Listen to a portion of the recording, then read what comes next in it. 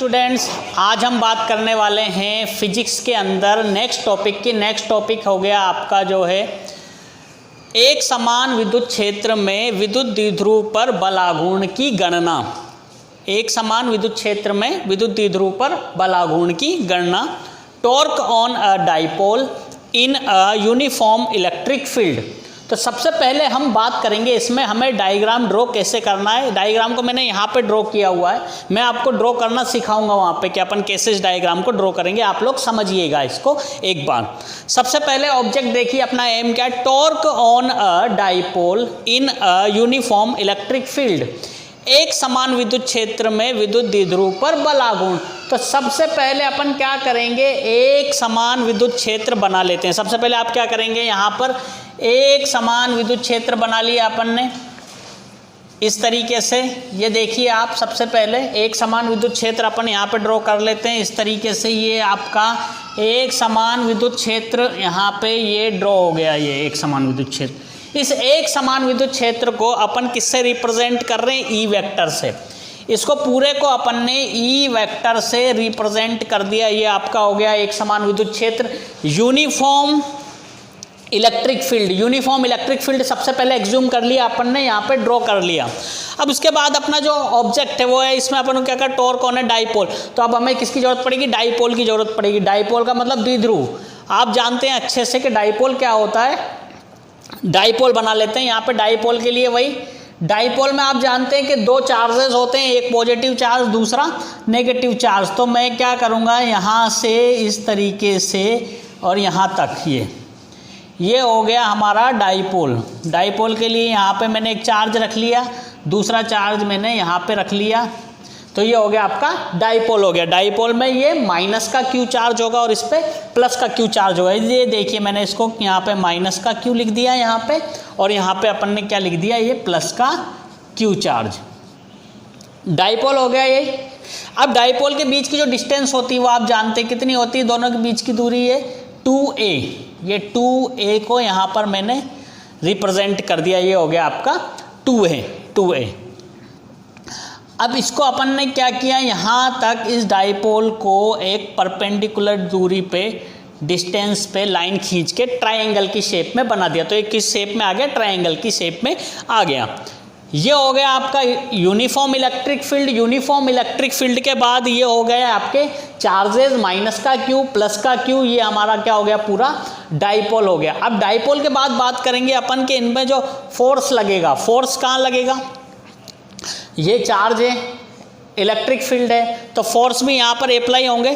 तो अपन ने यहाँ पर इसको मान लिया ये आपका F1 से रिप्रेजेंट कर दिया मैंने इसको। ये F1 से रिप्रेजेंट हो गया, F1 इक्वल टू QE। तो इसको अपन लिख सकते हैं F1 इक्वल टू प्लस का QE चार्ज, ये E वेक्टर है ना। उसके बाद आप देखिए यहाँ पर ये जो सेकंड वाला चार्ज है, सेकंड वाले चार्ज में अपन इसको एग्ज्यूम कर देते हैं। ये हो जाएगा आपका F2 इक्वल टू QE। लेकिन यहाँ पे कौन सा वाला आ जाएगा, माइनस का QE। यहाँ पे आप माइनस का साइन लगा दीजिए, ये माइनस का QE। F2 वेक्टर बराबर माइनस का QE वेक्टर। तो वो प्लस का QE हो गया और ये माइनस का QE हो गया। ये हो गया आपका डायग्राम ड्रॉ करना। ये अपन ने सबसे पहले क्या किया, डायग्राम ड्रॉ करना सीखा। इसके बाद अपन बात करेंगे डेरिवेशन की। अब हम बात करेंगे इस डेरिवेशन के अंदर डायग्राम मैंने आपको बहुत अच्छे से एक्सप्लेन करके ही बताया। डायग्राम में अब आपको क्या करना है, इस पे जो अपना डाइपोल है, इस डाइपोल के ऊपर अपन को टोटल फोर्स कैलकुलेट करना है। टोटल फोर्स कैलकुलेट करने के लिए अपन यहाँ पर लिखेंगे Ft, टोटल फोर्स। F का मतलब फोर्स, T का मतलब टोटल। तो टोटल फोर्स निकालने के लिए हम यहाँ पर सबसे पहले क्या करेंगे, F1 कैलकुलेट करेंगे। F1 कौन सा वाला है डायग्राम में, F1 बराबर प्लस का QE वेक्टर। तो ये किस वजह से, पॉजिटिव चार्ज के कारण। तो पॉजिटिव चार्ज के कारण जो है ये हो गया आपका प्लस Q चार्ज। तो प्लस Q चार्ज पर जो फोर्स लग रहा है, बल लग रहा है, प्लस Q आवेश पर, तो प्लस Q चार्ज पर जो फोर्स लग रहा है F1, उसको मैंने डिनोट कर दिया। F1 बराबर क्या हो गया, F1 वेक्टर बराबर प्लस का Q E vector, equation number 1 हो गया। इक्वेशन नंबर 1, क्योंकि यहाँ पे चार्ज प्लस का क्यू था और कहाँ रखा हुआ है ये चार्ज, इलेक्ट्रिक, किस में रखा है, इलेक्ट्रिक फील्ड में। कौन सा इलेक्ट्रिक फील्ड में, यूनिफॉर्म इलेक्ट्रिक फील्ड में। तो ई वेक्टर यहाँ पर ऑलरेडी है इसे, तो ई वेक्टर और क्यू इंटू ई वेक्टर, तो F1 वेक्टर बराबर plus Q E vector, equation number 1। Same as क्या करेंगे अपन, minus Q charge, same as अपन क्या करेंगे, माइनस क्यू चार्ज पर फोर्स देखेंगे। तो माइनस क्यू चार्ज पर आप जब फोर्स देखेंगे तो सेम एज क्या हो जाएगा, F2 वेक्टर बराबर माइनस क्यू ई वेक्टर, क्योंकि आप यहां देखेंगे कि F2 जो था, फोर्स 2 जो था, वहां पर माइनस का क्यू चार्ज है। तो ये F1 आपका क्या हो गया, प्लस का क्यू ई चार्ज हो गया, और माइनस क्यू चार्ज के कारण क्या हो गया, F2 वेक्टर बराबर माइनस क्यू ई वेक्टर। ये हो गया आपका F1 और ये हो गया F2। ये कहाँ की बात कर रहे हैं अपन, यूनिफॉर्म इलेक्ट्रिक फील्ड पे हम इस चीज़ की बात कर रहे हैं। तो अब हम क्या करेंगे, टोटल फोर्स कैलकुलेट करेंगे। टोटल फोर्स कैलकुलेट करने के लिए आप यहाँ पर देखिएगा, Ft बराबर F1 प्लस F2, तो F1 प्लस F2 क्या हो जाएगा, Ft वेक्टर बराबर plus Q E vector plus minus Q E vector, plus Q ई और माइनस क्यू ई, तो दोनों क्या हो जाएगा, ये Ft वेक्टर बराबर plus Q E vector minus Q E vector. तो रिजल्टेंट फोर्स जो है, टोटल फोर्स, कुल बल कितना आ जाएगा, 0 आ जाएगा। तो आपका Ft कितना हो गया यहाँ पर, Ft वेक्टर बराबर 0 हो गया। ये आपका क्या निकल आया, टोटल फोर्स, कुल बल निकल आया। किस पे, ये कुल बल निकला है आपका इस पे पूरे डाइपोल पे। तो इस डाइपोल पे कुल फोर्स कितना निकल रहा है, टोटल फोर्स कितना निकल रहा है, 0 निकल रहा है। तो Ft बराबर 0। अब अपन बात करते हैं टोटल फोर्स कैलकुलेट करने के बाद अपन बात करेंगे जो हमारा ऑब्जेक्ट है। हमारा ऑब्जेक्ट क्या है, विद्युत द्विध्रुव पर बल आघूर्ण की गणना, टॉर्क कौन है, डाइपोल। तो सबसे पहले अपन क्या करेंगे, टॉर्क को कैलकुलेट करेंगे। टॉर्क का मतलब बल आघूर्ण को कैलकुलेट करेंगे। यहाँ पे अपन ने लिख लिया टॉर्क। टॉर्क का फॉर्मूला आप जानते हैं, बल आघूर्ण का फॉर्मूला क्या होता है, बल आघूर्ण बराबर बल इंटू लंबवत दूरी। टॉर्क बराबर बल इंटू लंबवत दूरी। तो अपन सबसे पहले टॉर्क बराबर F, यहाँ पे अपन ने लिख लिया F, यहाँ पे आप F इंटू, यहाँ पे आप चाहो तो पूरा इसको लिख सकते हैं, फोर्स इंटू डिस्टेंस। तो टॉर्क बराबर F into D, force into distance. तो अब आप इसमें डायग्राम में देखिए फोर्स कितना है। फोर्स को अपन ने रिप्रेजेंट कर रखा है प्लस क्यू ई से, तो क्यू ई फोर्स हो गया। और डिस्टेंस क्या है, डिस्टेंस कौन सी वाली आएगी, ये जो आपका डाइपोल है, इस डाइपोल से जो डिस्टेंस आ रही है, डिस्टेंस ये वाली आ रही है। तो इस डिस्टेंस को अपन ने क्या नाम दे दिया, ये आपका बी हो गया, ये आपका सी हो गया। तो डिस्टेंस को अपन ने किससे रिप्रेजेंट कर दिया, बी और सी से। तो ये आपका टॉर्क, तो फोर्स जो है वो आपका हो गया क्यू ई, और डिस्टेंस कितना हो गया, BC। तो इसको अपन ने नाम दे दिया इक्वेशन नंबर 3। तो आपकी इक्वेशन नंबर 3 हो गई, टो बराबर Q E vector into BC। अब हमें क्या कैलकुलेट करना है, अब हमें कैलकुलेट करना है BC की कैलकुलेशन करनी है हमें इस डायग्राम से। अब इस डायग्राम से आप जब ये BC कैलकुलेट करेंगे, तो BC कैलकुलेट करते हैं आप ट्राइंगल में। तो ट्राइंगल में अगर आपको BC कैलकुलेट करना है तो आप इसमें साइन का यूज करेंगे, साइन थीटा का।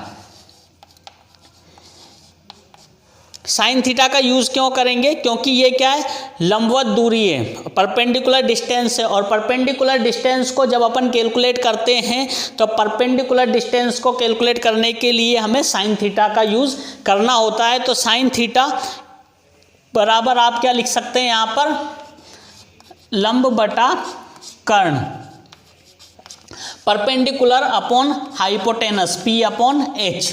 तो आप इसमें देखिए परपेंडिकुलर क्या है, परपेंडिकुलर क्या दिखाई दे रहा है आपको, BC परपेंडिकुलर दिखाई दे रहा है। और हाइपोटेनस क्या हो गया, 2a हो गया, तो साइन थीटा बराबर बी सी अपॉन 2a, ये हो गया आपका क्या, sine theta equal to B C upon 2a।